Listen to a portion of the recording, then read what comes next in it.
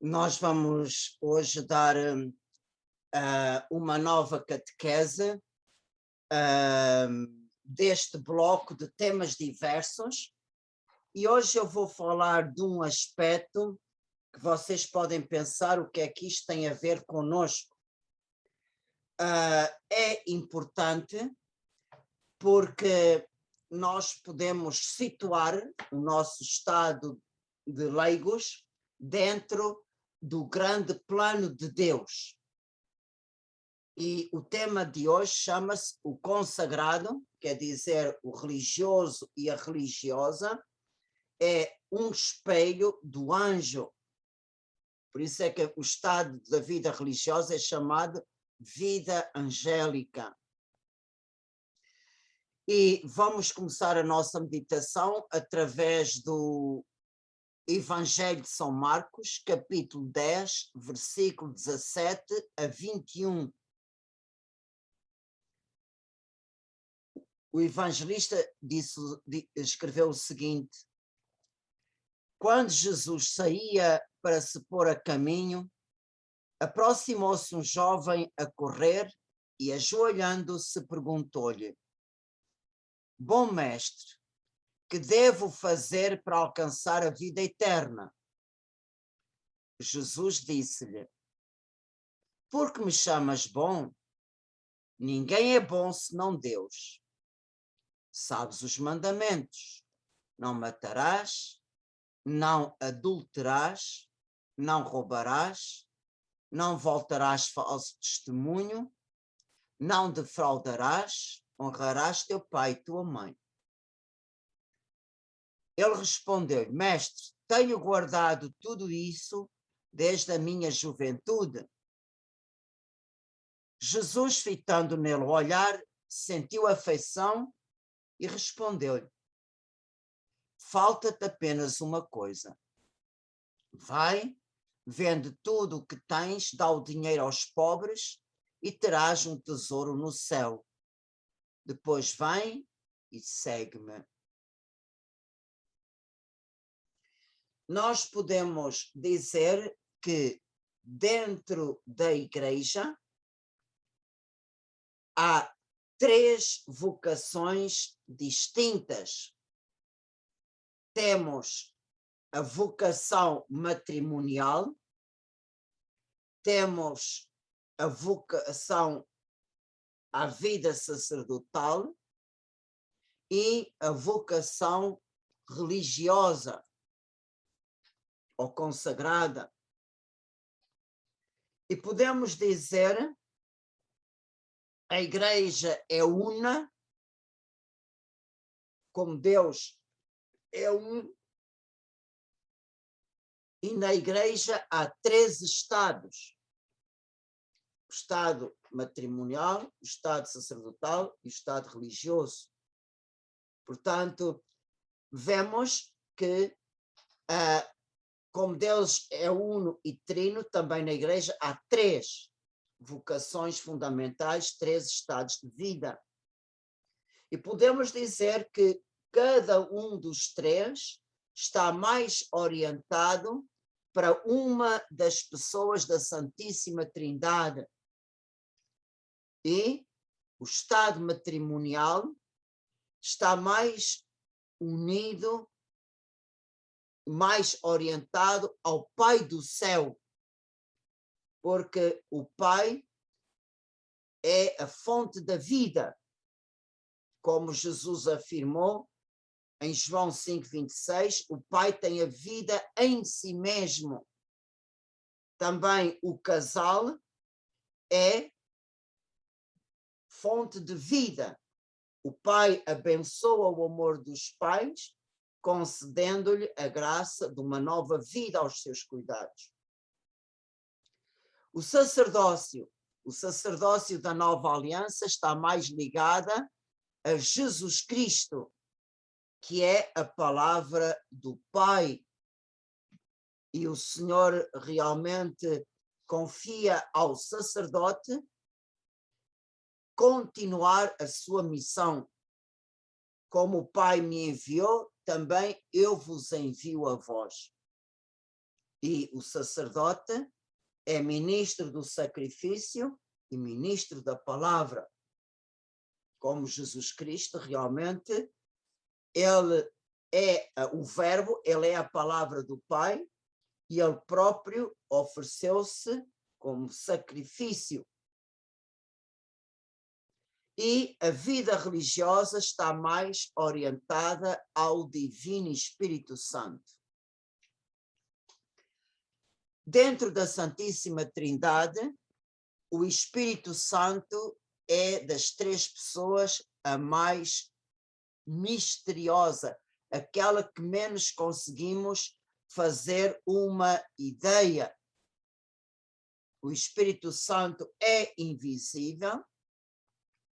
Também o estado da vida religiosa está velado dentro do mistério do Divino Espírito Santo. E por que é que nós temos muita dificuldade de representar o Espírito Santo como ele é? Porque quando o Espírito Santo se manifestou, ele se manifestou sempre através de uma imagem tirada da criação material. Do Pai eterno, nós fazemos uma ideia através do nosso Pai da Terra.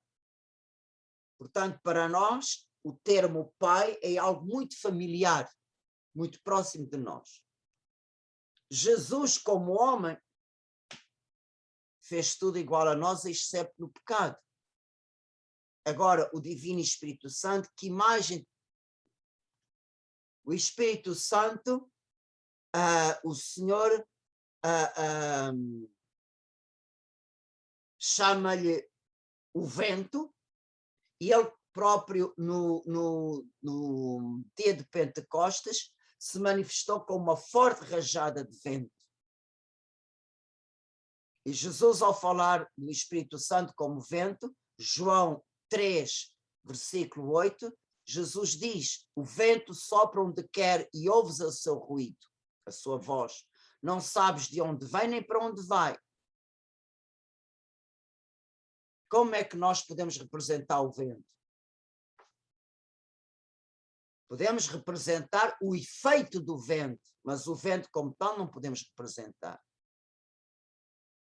Também Jesus fala do Espírito Santo como água. João 4,14. Quem beber da água que eu lhe der, tornar-se-á nele uma fonte de água jorrando para a vida eterna. A água também, pelas suas características, ela não tem forma. Ela assume a forma do recipiente onde é deitado. A água não tem cor. A água cristalina é completamente transparente, translúcida. E quando o Espírito Santo se manifesta, vemos, ele manifesta-se como nuvem no Monte Tabor, ele se manifesta como pomba no batismo de Jesus e manifesta-se como fogo no dia de Pentecostes. Portanto, ainda é mais misterioso para nós. Representarmos o Divino Espírito Santo como uma pomba é uma coisa, mas que representação terá o Divino Espírito Santo no céu, tal como ele é? Ultrapassa-nos. Também o próprio nome Espírito Santo é um mistério para nós. A primeira palavra que caracteriza a terceira pessoa divina é Espírito. O Espírito verdadeiramente é algo invisível.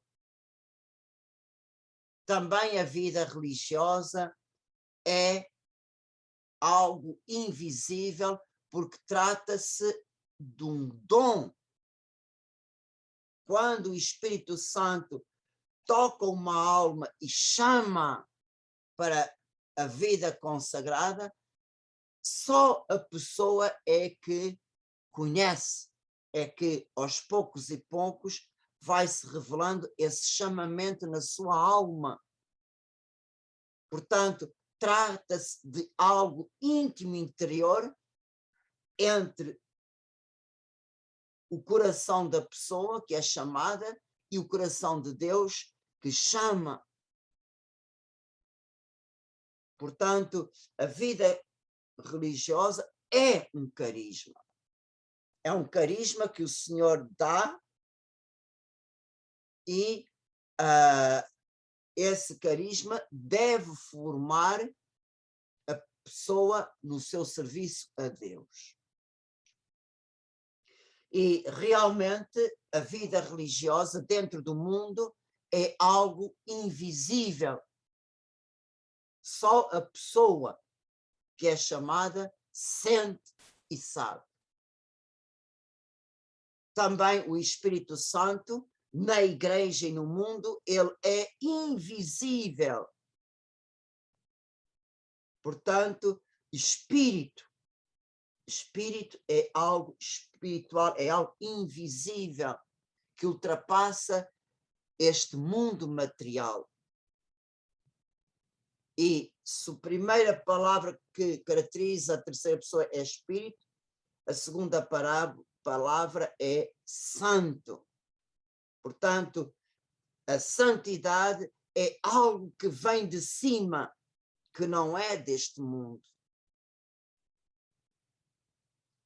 Conforme São Paulo explica, comportemo-nos no mundo com santidade e pureza que vêm de Deus, não como uma sabedoria carnal, mas pela graça de Deus. 2 Coríntios 1:12. Portanto, a santidade é algo próprio que pertence às coisas invisíveis. Por isso, o Espírito Santo esconde-se, vela-se, tanto nas suas representações, como no seu próprio nome. Na nossa vida espiritual, é muito mais fácil relacionar-nos com o Pai, por causa da nossa relação com o Pai, o nosso Pai da Terra, e também é muito mais fácil relacionar-nos com Jesus, porque nós temos na Sagrada Escritura a sua palavra, temos a descrição da sua vida, temos as suas representações, tanto no Santo Sudário como nas diversas aparições aprovadas pela Igreja que o Senhor se manifestou, como por exemplo o coração de Jesus a Santa Margarida Maria, Jesus misericordioso a Santa Faustina. Portanto, é muito acessível.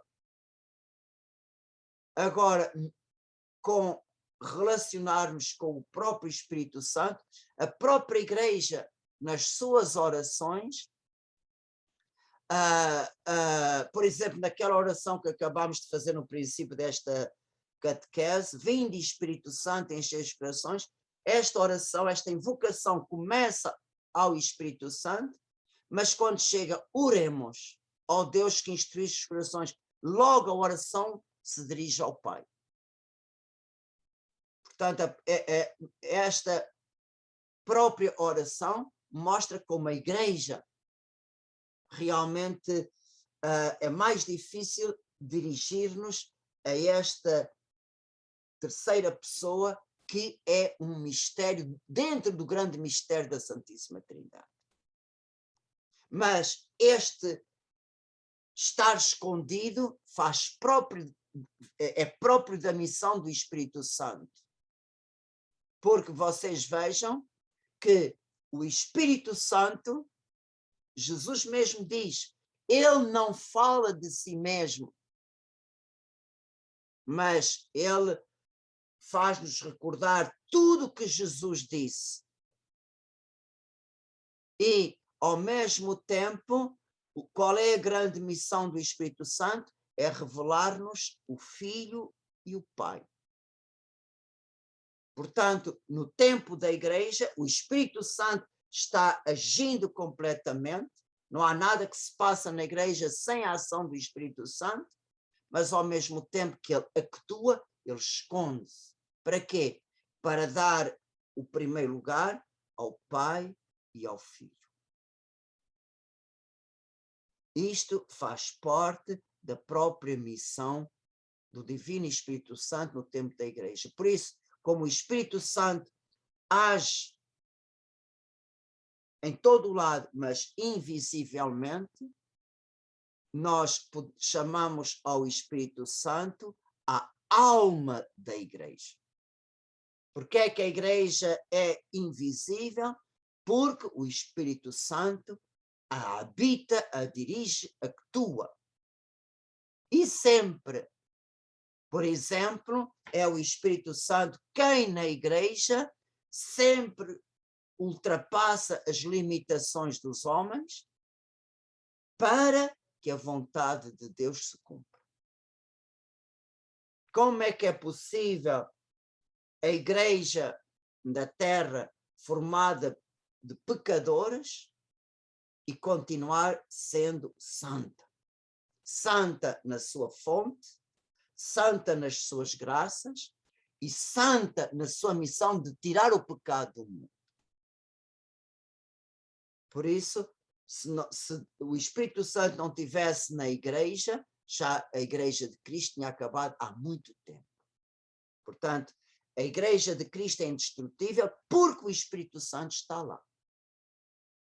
Mas nós vemos a sua ação, por exemplo, quando um sacerdote abençoa um terço, é o Espírito Santo quem abençoa. Atua através do sacerdote. Aquele objeto fica santificado, fica benzido.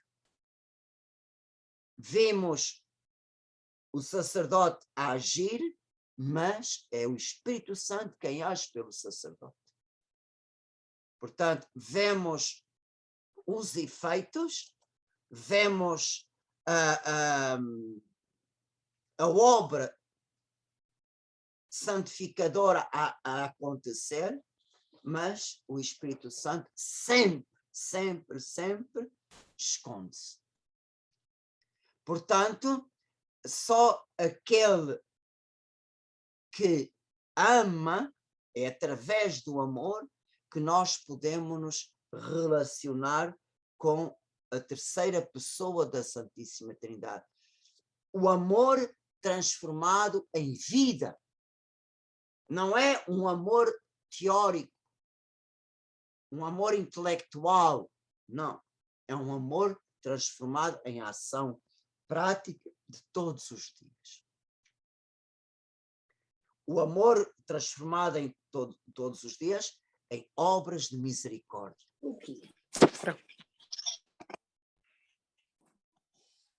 E então, dentro do campo vocacional, vemos que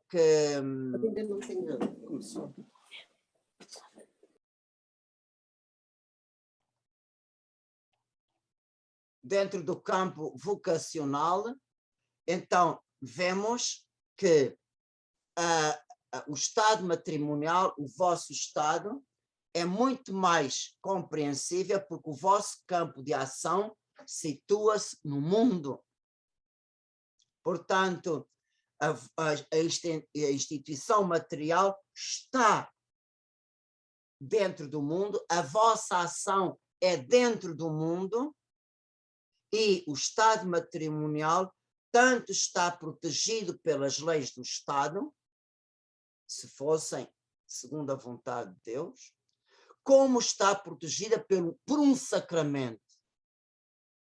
Portanto, um sacramento consagra o estado matrimonial. E o sacramento santifica a união conjugal, transformando-a em vida. Por isso, de todas as três vocações, o estado matrimonial é aquela que é mais compreensível, porque está toda ela situada dentro do mundo.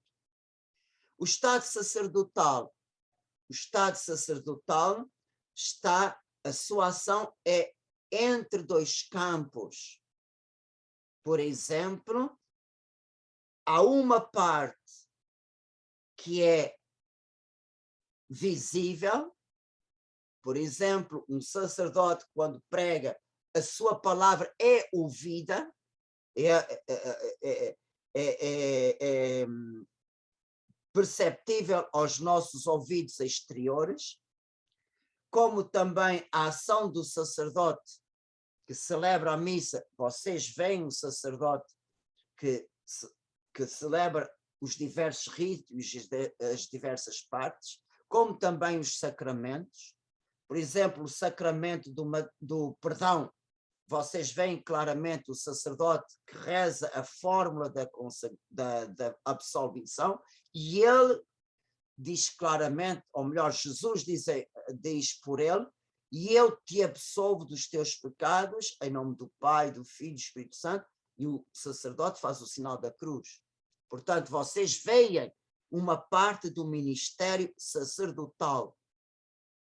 Mas, ao mesmo tempo, há outra parte que escapa aos nossos sentidos e situa-se no âmbito invisível. Por exemplo, há pouco eu dei o exemplo da confissão. Nós ouvimos o sacerdote a rezar a forma da absolvição, vimos ele a fazer o sinal da cruz, mas o efeito do perdão, o efeito da purificação do sangue de Cristo da alma, nos ultrapassa. Já se situa no campo invisível, já se situa na ação do Espírito Santo. Na consagração do pão e do vinho, nós ouvimos a forma, as palavras da consagração, vemos os gestos do sacerdote, sabemos pela fé que, a partir da consagração, aquele pão é o corpo de Cristo, mas nós não vemos o mistério. Portanto, só pela fé. Por isso nós podemos dizer, na vida sacerdotal, temos um campo visível e um campo invisível, mas também o sacerdócio, tal como o matrimónio, está protegido por um sacramento, o sacramento da ordem.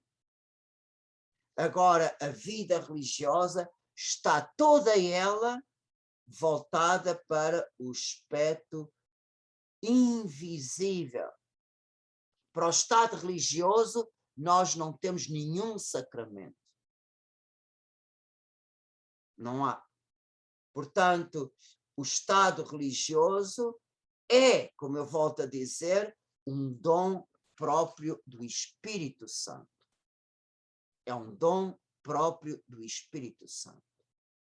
E é curioso que, quando o Espírito Santo chama um jovem ou uma jovem para a vida consagrada, ele encaminha essa pessoa para uma família religiosa que tem um carisma próprio dado pelo Espírito Santo ao fundador daquela ordem.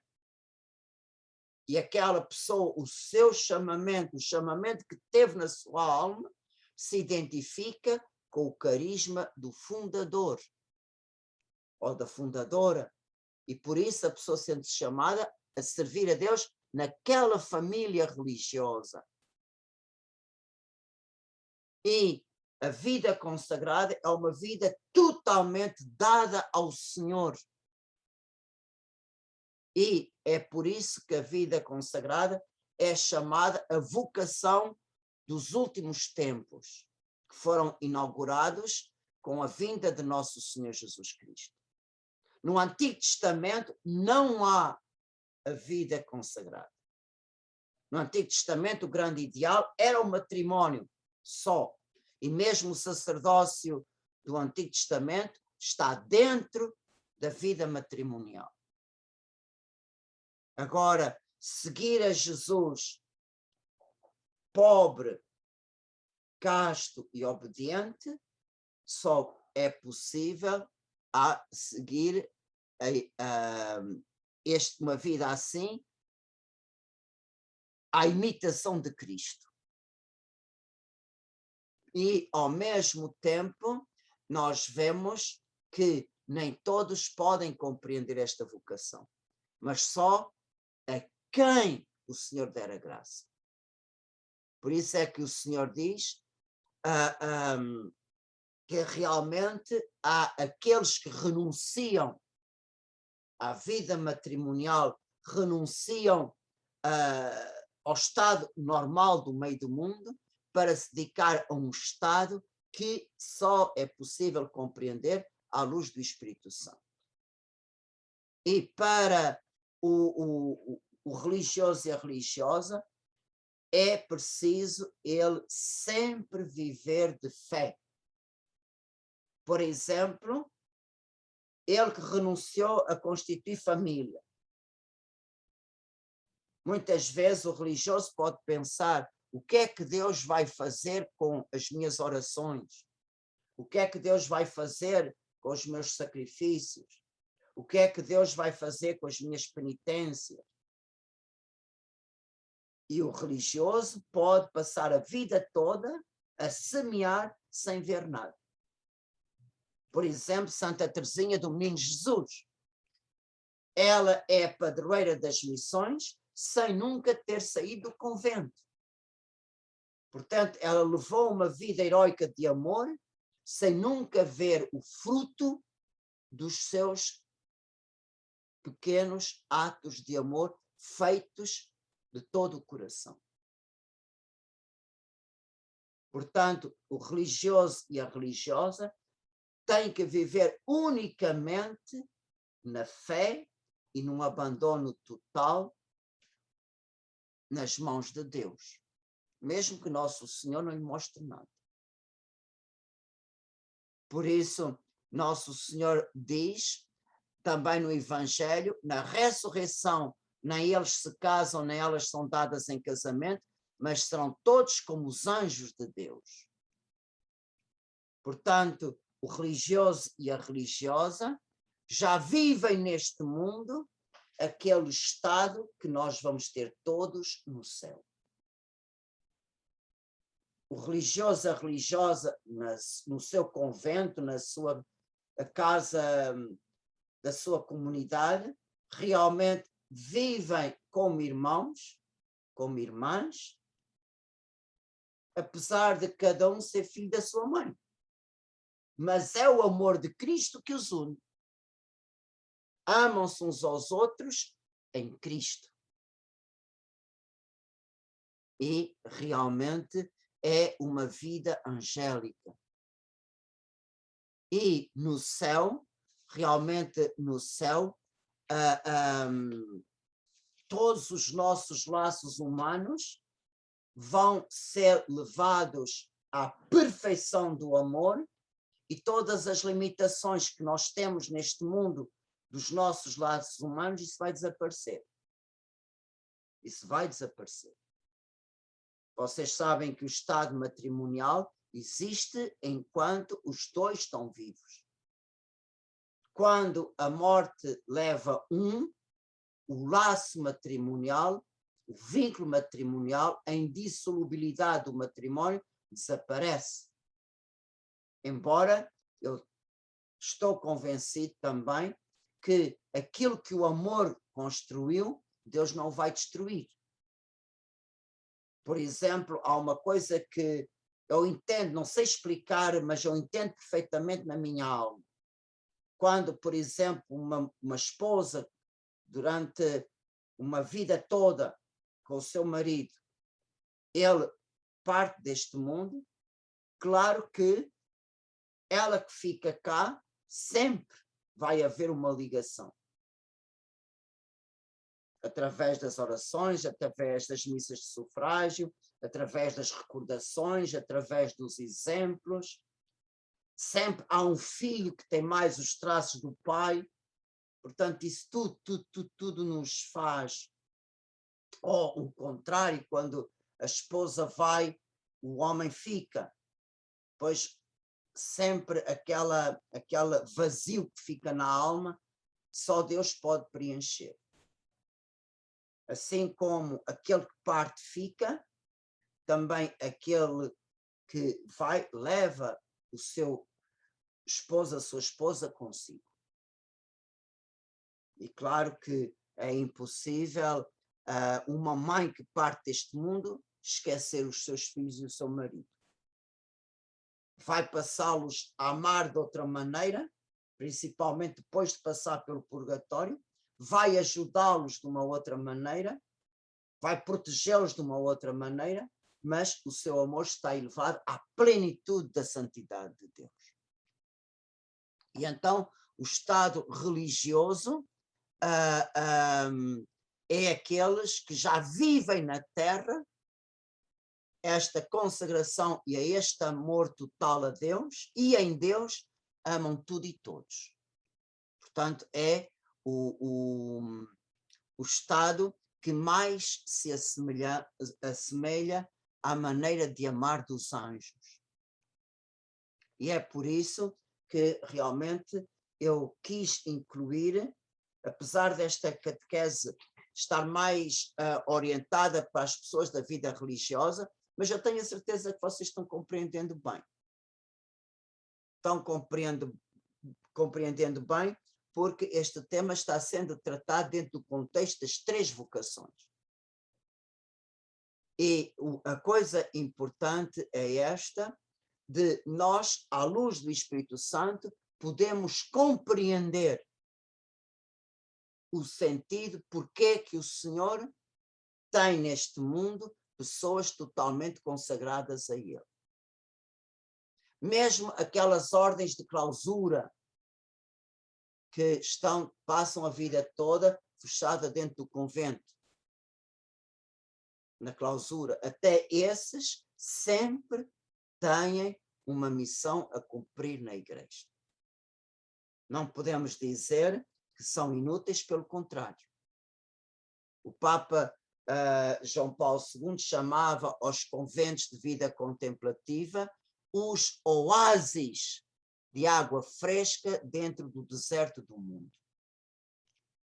E são as pessoas de vida contemplativa que, com a sua oração, com o seu sacrifício, com a sua generosidade, com a sua doação completa a Deus, que merecem para o mundo as graças que o mundo não merece. Por exemplo, vocês experimentem nas vossas necessidades, nas vossas dificuldades, nos vossos problemas, vocês liguem para um convento contemplativo e peçam orações. Por exemplo, aqui em Montreal, nós temos vários conventos contemplativos. Na própria cidade nós temos as Carmelitas de Santa Teresa, as Carmelitas descalças. Nós também nos arredores de Montreal, mais no campo, nós temos cistercienses, temos beneditinos, temos realmente conventos de clausura em que nós podemos escrever e podemos pedir as orações pelas nossas intenções ou pelas nossas necessidades. E vocês vão ver como Nosso Senhor escuta tão depressa estas pessoas que vivem escondidas por amor de Deus e por amor do reino. Uma vida completamente feita de generosidade, de semear sem ver. Vivem completamente de fé e de amor que se imola. Por isso, estes estados só realmente o Senhor pode nos dar a graça de compreendermos, como também de compreendermos, eu como padre, o meu estado de consagração a Deus, e vocês como pessoas consagradas a Deus no matrimónio. Portanto, mesmo o estado de viuvez faz parte do matrimónio. Portanto, não é um complemento do matrimónio. Mas, de qualquer maneira, é importante nós compreendermos o caminho que o Senhor nos colocou para realizar a sua vontade. Por isso, não se esqueçam de, nas vossas orações, pedir vocações religiosas e missionárias, como também pedir para estes consagrados a Deus a perseverança até à hora da morte. É muito importante. Porque se nos faltam estas almas consagradas, realmente muitas graças vão faltar no mundo e na igreja. Por isso, tenhamos, com a ajuda do Espírito Santo, uma compreensão para este estado que está dentro do mistério da terceira pessoa da Santíssima Trindade. Amém.